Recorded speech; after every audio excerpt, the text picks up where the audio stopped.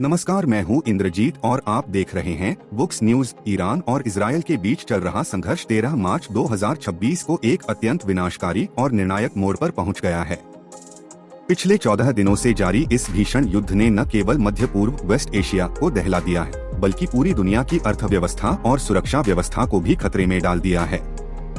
आज की ताज़ा रिपोर्टों के अनुसार युद्ध अब केवल सीमाओं तक सीमित नहीं रहा है, बल्कि इसमें कई अन्य खाड़ी देश भी प्रत्यक्ष या अप्रत्यक्ष रूप से शामिल हो गए हैं।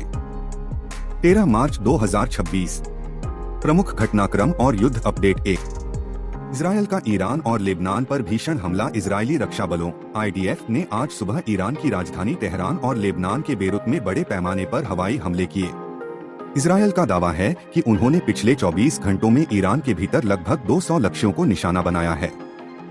इसमें ईरान के परमाणु कार्यक्रमों से जुड़े गुप्त ठिकानों और रिवॉल्यूशनरी गार्ड्स IRGC के कमांड सेंटरों को भारी नुकसान पहुंचाने का दावा किया गया है। इजरायल ने लेबनान में लिटानी नदी पर बने जारिया पुल को भी नष्ट कर दिया है। इजरायल के अनुसार हिजबुल्लाह इस पुल का उपयोग हथियारों की सप्लाई के लिए कर रहा था। यह पहली बार है जब इजरायल ने खुले तौर पर नागरिक बुनियादी ढांचे सिविलियन इंफ्रास्ट्रक्चर को निशाना बनाने की बात स्वीकार की है। 2. ईरान का पलटवार और मिसाइल वर्षा। ईरान ने इजरायल के हमलों का जवाब देते हुए आज सुबह इजरायल की ओर मिसाइलों की एक नई लहर भेजी है। इजरायली सेना ने पूरे देश में सायरन बजाकर लोगों को शेल्टरों में जाने की सलाह दी है। ईरान के नए सर्वोच्च नेता मोज्तबा खामेनेई ने कसम खाई है कि वे अपने पिता की हत्या और ईरान पर हो रहे हमलों का बदला लेकर रहेंगे। ईरान ने केवल इजरायल ही नहीं, बल्कि उन देशों को भी चेतावनी दी है जो अमेरिकी अड्डों की मेजबानी कर रहे हैं।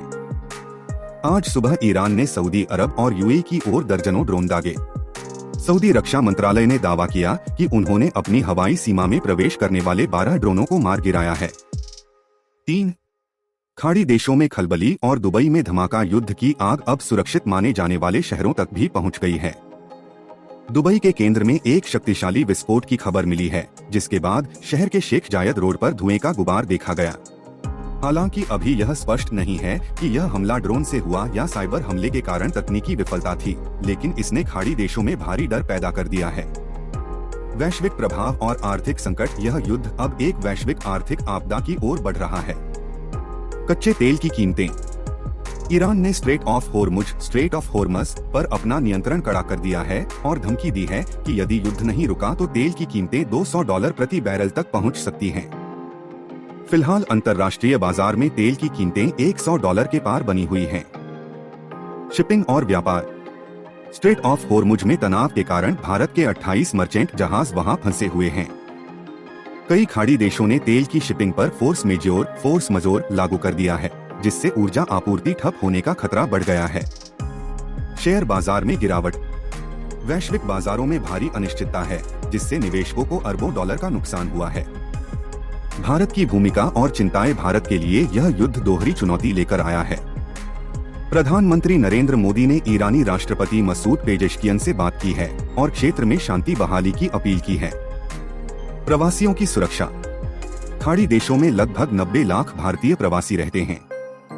युद्ध के विस्तार से उनकी सुरक्षा और भारत आने वाले $50 बिलियन के रेमिटेंस पर खतरा मंडरा रहा है।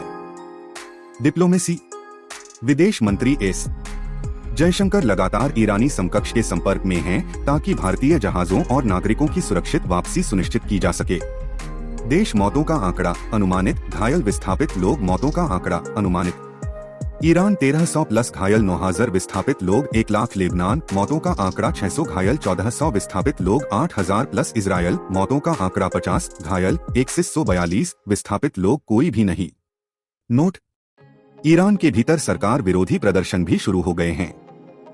ईरानी रिवॉल्यूशनरी गार्ड्स ने प्रदर्शनकारियों को चेतावनी दी है कि वे किसी भी असंतोष को कुचल देंगे। ह्यूमन राइट्स संगठनों का दावा है कि आंतरिक हिंसा में मरने वालों की संख्या और भी अधिक हो सकती है। आगे क्या हो सकता है?